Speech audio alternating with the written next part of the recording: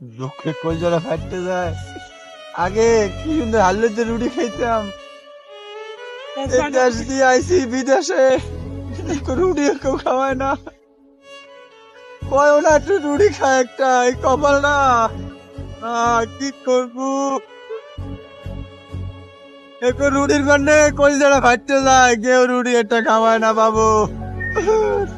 মানুষে চাইছে দেয়, কয় না একটু রুটি খাইয়ে যা, এই কপাল লই আইছে দুর্নইতে।